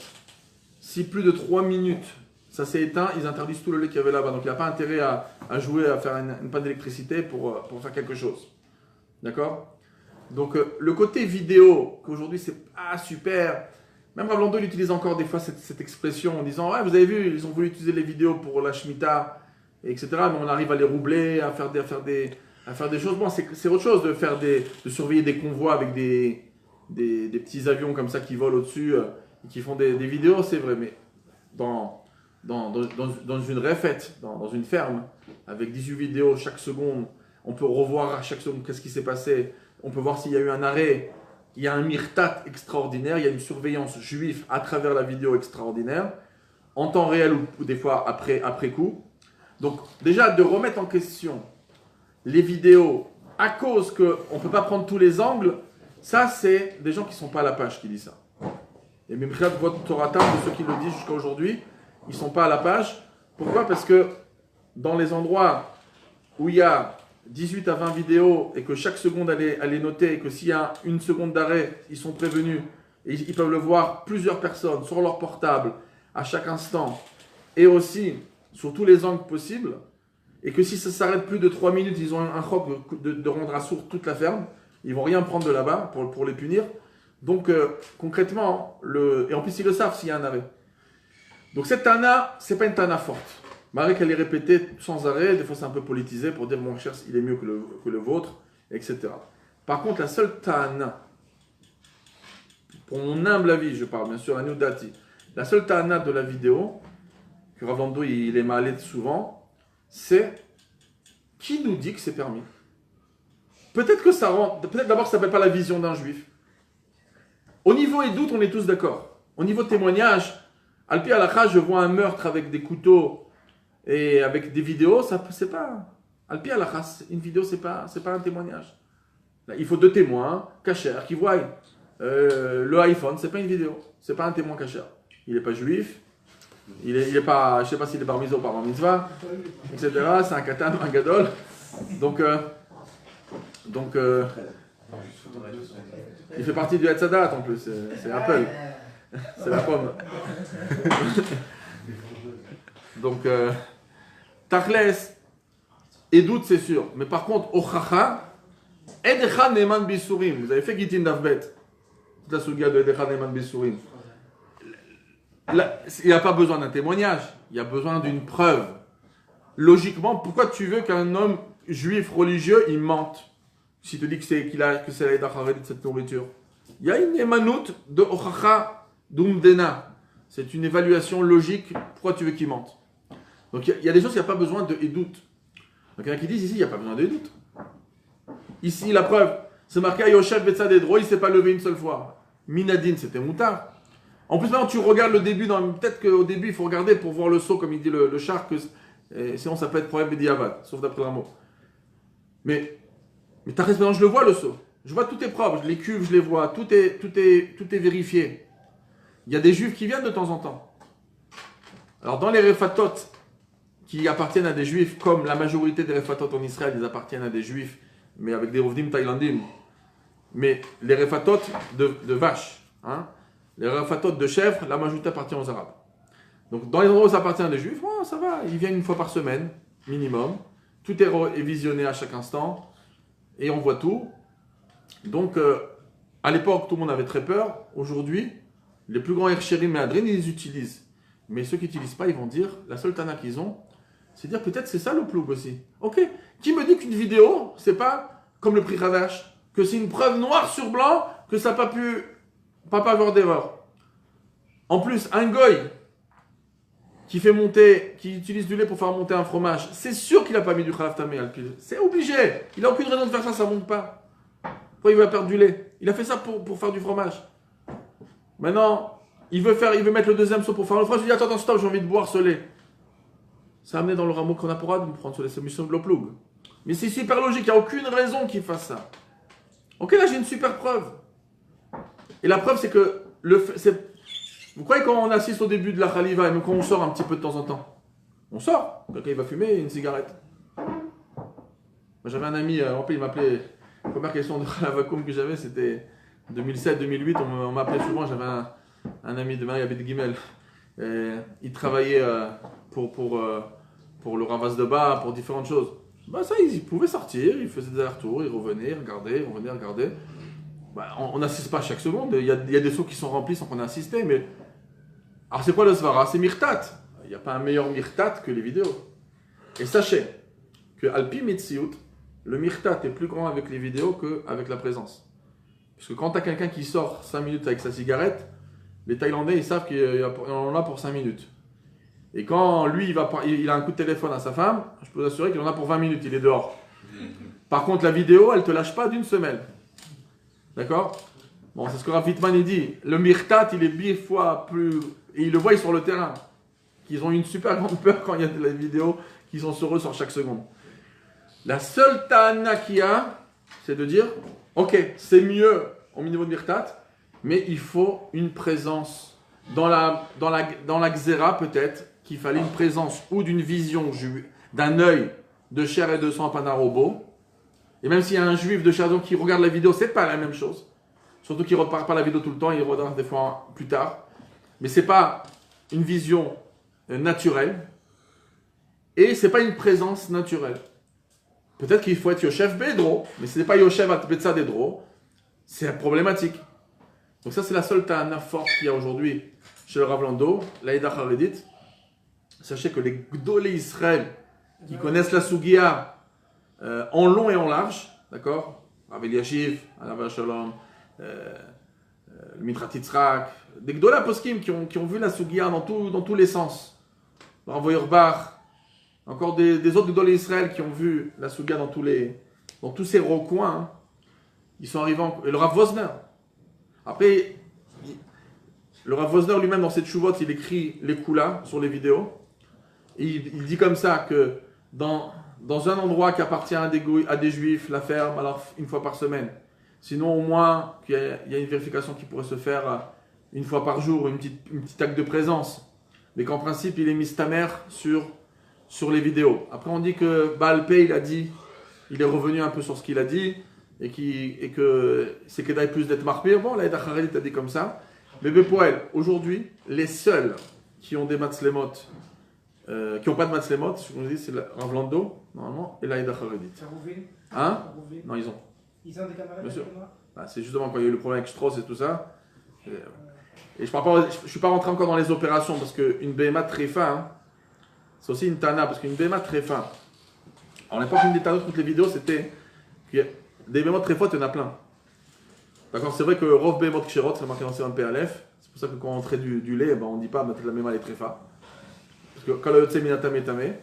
Mais ce qui se passe de plus en plus, il y a quand même un nombre immense de bêtes qui passent des opérations. Donc aujourd'hui, des bons herchers, donc ils n'ont pas le droit, le vétérinaire ne vient pas sans la surveillance. Et il faut une surveillance tout le temps. Donc aujourd'hui, c'est que les vidéos aussi que c'est pas surveillé. Mais tous les jours, dans un réfait avec beaucoup de vaches, tous les jours, il y a des opérations. Ils opèrent à cause qu'il y a des gaz très forts qui sont dans leur estomac, qui peuvent leur exploser l'estomac et les tuer. Donc ils sont obligés de venir faire des trous. Et dans ceux qui ont appris un peu une chot très faute, Siman Memchet, vous allez voir que des trous dans le Beta Keres, dans le Beta Kosod, dans tous ces endroits-là, la Keva, ça peut rendre très fa la béma les gambrés. Donc il faut faire attention comment on fait l'opération. On a appris à faire des opérations sans rendre tarif, mais si on fait une opération sans surveillance, la BMA, elle peut ça fait très fa. D'accord? Et ça, il y en a. Il y a des opérations qui peuvent se passer pour faire accoucher une bête qui n'arrive pas à accoucher. Le bébé il est trop gros. Donc ils vont ouvrir, on fait une césarienne. Des fois, la césarienne, si elle est mal faite, elle peut abîmer des endroits et qui rendent taref. Il y a même des poskim, certains qui vont dire que si l'utérus il est ouvert, le rechem il est ouvert de la béma, eh ben ça pourrait être taref. Ok.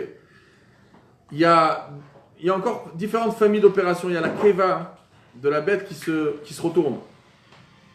Et donc, si on ne lui décoince pas, on ne lui remet pas en place, il faut rentrer, ouvrir et remettre la keva dans son bon sens. Si on fait des trous dans des mauvais endroits, des tkirotes dans l'opération dans le mauvais endroit, on peut la rendre taref. Donc c'est aussi une ta'ana. Ils disent, avec la vidéo, c'est difficile à gérer quand il n'y a pas de présence directe sur place. Donc, c'est pour ça qu'ils vont mettre en question les vidéos. Il y en a qui disent au contraire, on surveille chaque chose, les bêtes ils sont tout de suite surveillées, dès qu'il y a du vétérinaire qui voit, ils sont surveillés, tout est regardé. Et donc en principe, c'est pas un grand rachat. Donc la seule chose qu'il y a, c'est que la seule ta'ana, c'est que peut-être il y a un loplouk et qui nous dit que les chachamim ne nous ont pas instauré une surveillance comme ça. Peut-être qu'ils auraient été d'accord aujourd'hui s'il y avait des vidéos, mais ils sont pas là pour nous le dire. Donc peut-être il y a un vrai loplouk. Et donc, c'est sûr qu'on peut être magdir begeder idour de ça. Par contre, il y a quand même beaucoup de place de dire, comme le Rav Eliashiv, beaucoup de poskim qui disent l'essentiel c'est le mirtat. On peut voir ça dans le chartaz, ici c'est le mirtat. Et ne me dis pas non, c'est le din du prechadash. Non, là il y a une présence. Il y a des juifs qui voient les vidéos, mamash. On voit ce qui s'est passé, Bishat Maïsé. Pas Minastam, ils ont peur de Yotzemi. Là, c'est vraiment des visions. Donc ça, je voulais parler un petit peu évident. Venez en avance, je veux rajouter encore un petit quart d'heure, 10 minutes, voilà, sans me couper pour que j'ai envie de vous mettre un maximum de sujets. On a un deuxième grand sujet aujourd'hui dans le Chalav Me'adrin, c'est par rapport à Shabbat. C'est plutôt problématique en Israël qu'en Chutz La'aretz. Parce qu'en Israël, on a quand même des des fermiers qui sont juifs dans beaucoup de choses. Donc on ne veut pas de Chilul Shabbat. Maintenant, pour aller rapidement, dans Siman Shine'em, c'est marqué que lorsqu'on trie une vache, si on trie une vache, Shabbat, c'est un sourd d'Oraita Bishum Dash. On se souvient de Masrat Shabbat d'Atzadike, et c'est super grave. D'accord? On ne peut pas traire une vache Shabbat. Par contre, une vache, quand elle a trop de lait, et c'est ça que ça arrive toutes les chèvres et les chèvres aussi, s'ils ont beaucoup de lait, ils souffrent une souffrance énorme si on ne va pas les traire. Donc, Tsar Balechaim, c'est d'Oraita, comme ça on est possède dans le Pekshi de Mametsia. Comme ça le Terbi aussi tient dans Chiné. Tsar Balechaim d'Oraita. Donc, pour Tsar Balechaim, on a permis à des juifs de traire du lait par terre, ou dans un seau avec la javel. Pourquoi? Ça s'appelle Olech Liibud, c'est un sourd de Rabbanan, autorisé pour Tsar Balechaim. Ou bien par des non-juifs, même dans des seaux. Maintenant, comme on a toutes les manières autorisées de faire ça par un goy, alors pourquoi ne pas acheter le lait, d'accord, après Shabbat?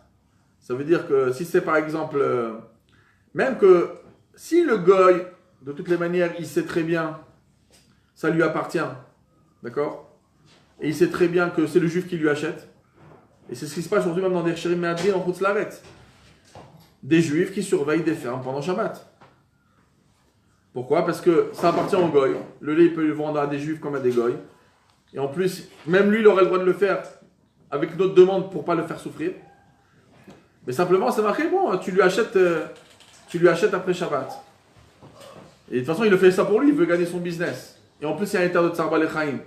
Maintenant, même si ça appartient à un juif, de traire une vache Shabbat par un goy, quand ça appartient à un juif, et que c'est des ovdim, des juifs, ben comme ils sont payés, ces Thaïlandais, ils sont payés. Donc ils gagnent de l'argent de ça, donc ils font ça pour eux. En plus, c'est permis mitzat tsar balechaim. Donc ça aussi, ça permet. Donc on peut avoir une surveillance. Quelqu'un qui est mashgiach pendant Shabbat, une surveillance, et on pourrait acheter le lait sans aucun problème après Shabbat. C'est marqué une phrase dans l'Admorazaken. Il y a plus que ça dans Siman Shinzain, dernière halakha de l'Admorazaken. C'est Beshem Sefer Aguda. Que la même chose, si on fait du fromage, on surveille le fromage, et que le goy il fait du fromage, après tu lui achètes le fromage après Shabbat. Tu peux lui acheter. Donc, ça veut dire quoi? Ça veut dire que ça, c'est pas ça le plus gros problème. Le plus gros problème, maintenant, dans les Sherim Me'adrin, aujourd'hui en Israël, même si ça appartient à des Arabes, etc., un Eshar permanent, ils n'ont pas envie de rentrer dans des questions. On dit, c'est comme, que j'ai parlé la semaine dernière, au Rabo Chacham. Ok, il faut faire un pilpoul, il faut dire que c'est dans la c'est moutar, c'est mitzad jvout, tsar balechaim, qu'il y a des térim, tu mets tsaref ça. Donc, comme il y a Bichal une Sheila, malgré que la Morazrin n'est pensé que c'est moutard, très souvent en Israël, en Chutz Laaretz, c'est moins comme ça. Hein. Mais en Israël, comme il y a quand même des juifs qui tournent et que c'est lié avec des juifs, ils ne préfèrent pas toucher. Donc beaucoup de Chalav Me'adrin en Eretz Israël, même pas, il y a du lait qui est fait Shabbat. D'accord? Quand c'est des Hersher par Me'adrin avec du lait chamour, ça peut être fait Shabbat, Be'eter. Comme j'ai marqué avec des Ovdim thaïlandais, le Morazaken il dit c'est moutar le khatrila, ça appartient aux juifs. C'est des goïms, c'est des shfarot qui travaillent, ils sont payés. Tu peux prendre le lait après Shabbat, al-pidin. D'accord? C'est bien de savoir parce que des fois, quelqu'un qui est vraiment coincé, c'est pas non plus assourd, mais Bepoil on est mahmir dans le Chalav Me'adrin par contre Shabbat. Mais il y a des endroits ils n'ont pas ce luxe de pouvoir être mévater. La ferme elle veut que tu sois son client, elle a envie de te vendre ça, elle n'a pas envie de perdre tout le lait de Shabbat. Donc il y a des terribles. Dans les Hersherim les plus méadrines de Chutz Laaretz, où des juifs ils surveillent des fermes, etc. Et que le lait peut être vendu des fois même dans des Hersherim méadrines. Maintenant, le seul problème qu'il y a en Israël, c'est plus complexe. C'est que justement le rov des fermes de vaches, ça appartient à des juifs. Et ok, il y a les Thaïlandais qui savent tout faire, mais il y a quand même des fois des juifs qui sont là, des gens de kibbutz qui sont là. Vous savez, pour s'occuper des vaches, des fois il faut être un peu kibbutznik pour avoir envie de s'occuper de vaches. Aujourd'hui, on préfère l'high-tech, ça lit moins les mains et on sent mieux à la fin. Donc, tachles, des kibbutznikim, tout ça, et ça c'est un vrai problème. Alors, tsar balechaim, il faut que ça l'arleibou, donc des fois il peut y avoir des chilul les Shabbat. Donc c'est encore une raison pourquoi l'Aïda Charelit et les Hersherim Me'adrin, en principe, ils ne vont pas prendre du lait qui a été trait pendant Shabbat, même avec les Etherim. Okay. Maintenant, venons en avance quelques minutes. On a Gvinat Akum. Tout ce que je viens de dire, c'est Chalav Akum. Il y a Chalavakum, c'est Kuftet Vav Sif Aleph. Gvinatakum, Sif Bet. Chamatakum, Sif Gimel. C'est simple, c'est facile. Alors, je vais simplement dire, on peut parler autant de ce que je viens de dire sur Chalavakum, on peut parler sur Gvinatakum. Mais je vais parler de 3 minutes sur Chalavakum. Gvinatakum. Le fromage, lui, pourquoi il a été interdit le fromage des goïms? Quand le goy lui-même il traite ses vaches pour faire du fromage, c'est son travail, c'est son métier. Il a des vaches ou des chefs pour faire des fromages. C'est ça son but. Donc en général, on sait très bien qu'il ne va pas mélanger du Khalav Tam et la Gemara. Alors pourquoi j'interdis son fromage? Tu arrives, tu achètes ton fromage. Parce que les goïms, ils étaient Mahamid Be'or Kevatam. Vous avez fait Simon Pezaïn, Sifiud, Yudalef. D'accord? Donc ils prennent la peau de l'estomac et ils mettent dedans du lait. Aujourd'hui, ça se fait par d'autres manières, mais il y a encore des endroits en Savoie ou en Hollande qui ont des recettes de leur arrière-grand-mère, la duchesse de je sais pas quoi, qu'elle faisait comme ça le fromage. Donc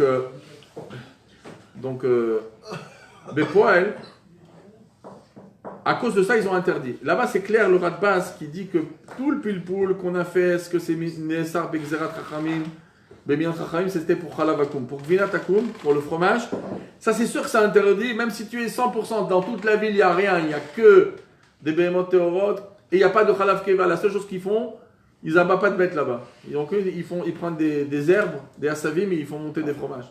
Et tu es sûr qu'il n'y a rien d'autre que ça, tu n'as pas surveillé, c'est assourd, ça c'est Mouskam, que c'est assourd. Donc, le fromage des goïms, ça c'est encore beaucoup plus grave, même si on est sûr que les matériaux qui sont utilisés, ça veut dire les ingrédients qui sont utilisés, ils ne sont pas problématiques. Il y a une xéra de Gvinatakum, si ce n'est pas surveillé, c'est grave. Vous allez apprendre bientôt dans Kouf Aleph, si Dieu veut, Nikudat Kesef, avoir toute la marloquette par rapport à des Gvinatakum qui se seraient mélangés. Vous avez un fromage surveillé, un fromage pas surveillé. Le fromage pas surveillé, il s'est mélangé avec 2000 fromages. 2000. C'est une perte là-dessous. Tu peux pas. Tu peux pas permettre. C'est Khatira ou Yalit Kabet, comme ça nous on pense. Il y a une marloquette sur ça. Les maïs c'est comme le char, donc le Takesef c'est Khatira Yalit Kabet. Donc les Gvinatakum, ça c'est quelque chose d'interdit. Et même qu'il y a un rameau qui dit que si moi j'ai pas assisté à la Khaliva, mais j'ai assisté au moment où il monte le fromage, comme cette Khaliva elle est venue pour le fromage, sachez qu'aujourd'hui c'est compliqué parce qu'aujourd'hui la personne qui fait le fromage elle ne s'occupe pas à traire des vaches, ils n'ont pas que ça à faire. Ils vont acheter chez la ferme qui fait le lait, d'accord? Donc eux, ils se font livrer du lait. Maintenant ceux qui vendent du lait, ils vendent du lait que pour les fromages et pour les yaourts et pour le lait à boire, d'accord? Donc de toutes les manières aujourd'hui on n'a pas ce éther que le khalav qui va pour le fromage, c'est moins problématique. Si au moins j'ai surveillé le fromage, pourquoi? Parce que quand je surveille le fromage, je retire le problème de Mahamid Be'or Kevatam. Mais je perds le problème de Khalavakum. Là, j'ai pas ce éther parce que de toutes les manières, le lait était trait pour toute possibilité. Ou pour du fromage ou pas. Donc on a toujours la xéra de mélange. Donc de toute façon, le éther du rameau, il était contredit par le chartas, comme je vous ai dit tout à l'heure. Mais en plus, on n'a pas ce éther-là. Donc un fromage, du lait non surveillé, c'est pas bon. Même si on va en faire du fromage. Et si j'ai du lait surveillé que j'ai pas assisté à la montée du fromage, quand on a fait le fromage, c'est aussi interdit. Il y a un chidush atzum. Voilà, je vous ai dit, il y a un khtam sofer atzum, il y a un prikadash, il y a un shach. Il y a une déa kitsonite dans Kuftet Vav. C'est un shach atzum. Ça c'est Sif Katan, Chaf et quelques. Chaf Gimel peut-être. Sur la Gvina. Oui, sur Gvina Takum, sur Sif Bet. Vous savez ce qu'il dit? Il dit que si le juif il a surveillé le lait, le juif il a surveillé le fromage, il n'a pas lâché dans ses mitrat tachaliva jusqu'à la fin du fromage. C'est l'Admorazaken qui a surveillé. Il dit le char, le gvina il a soura. Il dit pourquoi? La xéra elle est tellement forte que dans gvina takum, il ne faut pas simplement surveiller, il faut être actif. Il faut que c'est toi qui as mis un petit peu c'est toi qui as mis le produit pour lever le fromage. Et si tu n'as pas participé à lever le fromage, même si tu as assisté, c'est assour. Le char. Atsoum. Il y a certains Hershérim qui veulent dire, ils vont, pour avoir un super shem, ils vont dire, même moi, je fais la chouma du char. C'est mon mashgar qui jette ça dedans. Bon, ça peut être arrivé, ça peut faire une bonne pub. Tu es recherche au char. Le Noda Yehuda, il a vu le char. D'abord, le char, il est contre le rameau. Mais le char, il dit, le rameau, il dit, mais si j'ai assisté, c'est bon. Et sur ça, le char, il attaque le rameau, il dit, non, mais si tu n'as pas été actif, c'est assour. le Noda Biouda, il dit, mais tous les Achonim, ils sont contre le char. Qu'est-ce que ça veut dire ça? C'est trop moi. Et plus que ça, l'Alter Rebbe, il est contre le char. Shinzaïn, dernière halakha.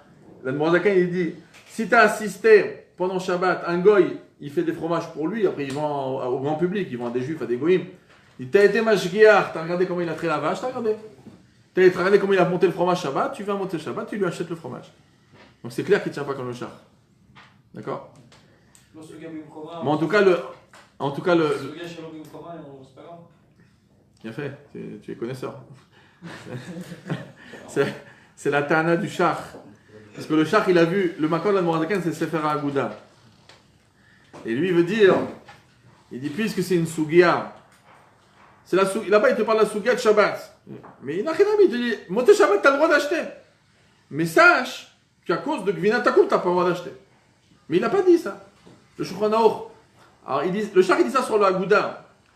De dire ça sur la Morazaken, de dire ça sur les poskim qui ont amené ça, que tu peux acheter Motzei Shabbat, bon, c'est quand même dangereux. Mais d'un côté, ça existe.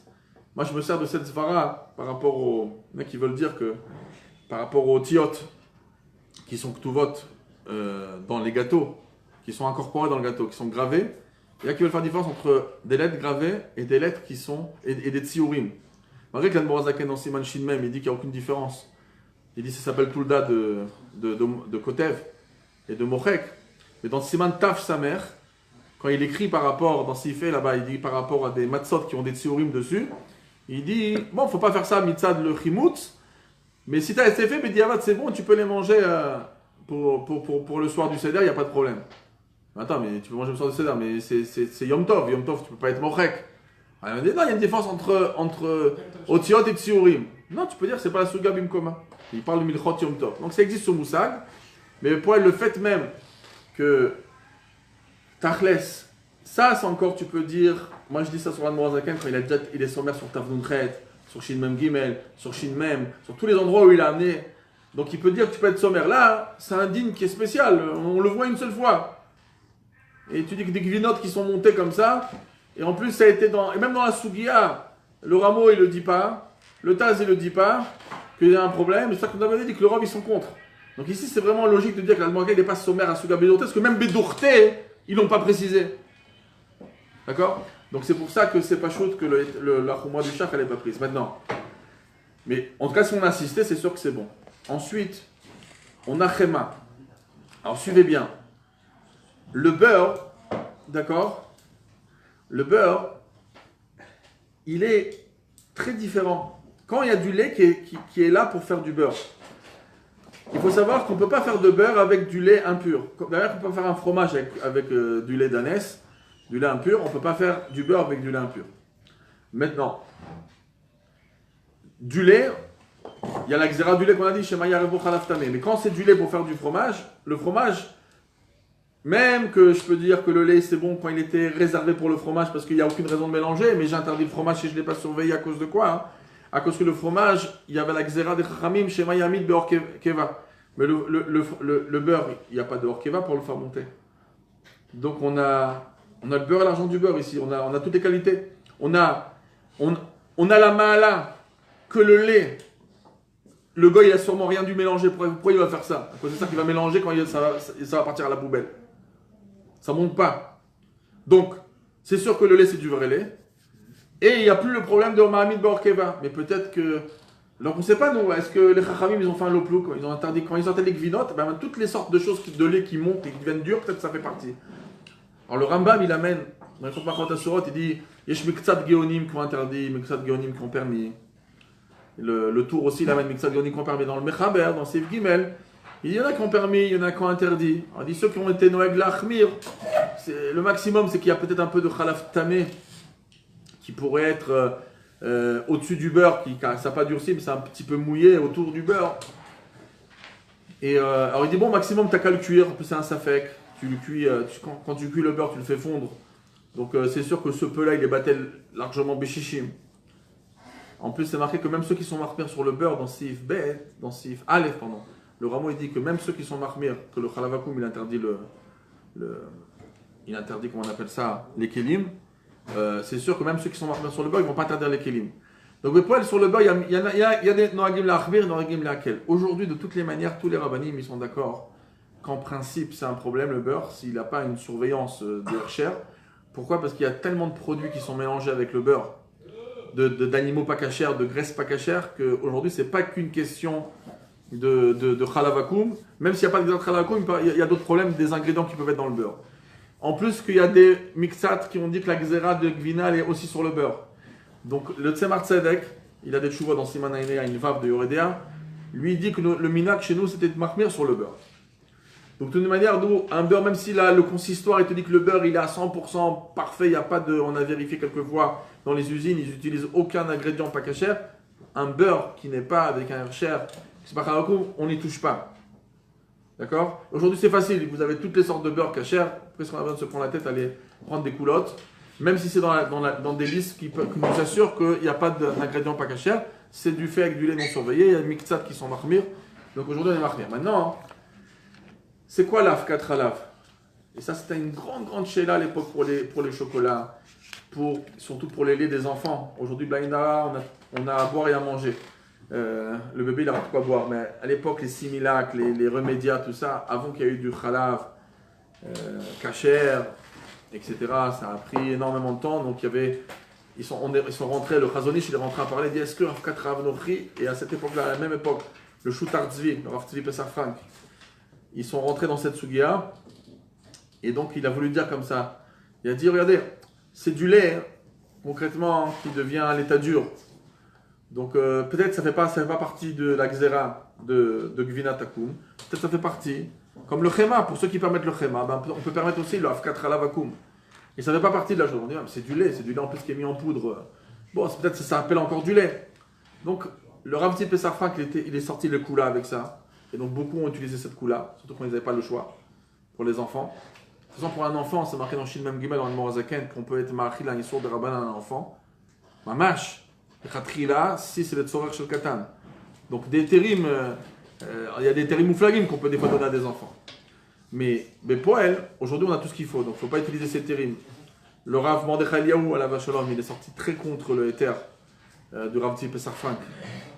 Et donc, Bepashtout, sur Rav 4 Rav Nochi, donc des fois vous allez voir, c'est fait avec Rav 4 Rav Nochi, donc il y a les recherches de la Rabbanout. Alors même s'ils ne tiennent pas du Pri Chadash, ils tiennent du Khtam Sofer, ils vont dire oui, mais Rav 4 Rav Nochi c'est un éther miouchad. Peut-être ça ne fait pas partie de la Xéra, c'est ni du Gvina Takum, donc il n'y a pas le problème de Mahamid Bor Kevat Nevela, ou pas. Et concrètement, la Netiya chez le Rov des Poskim, c'est d'être pensé comme le Chazonish, qu'on est marmir sur Afkat Halav Nochi.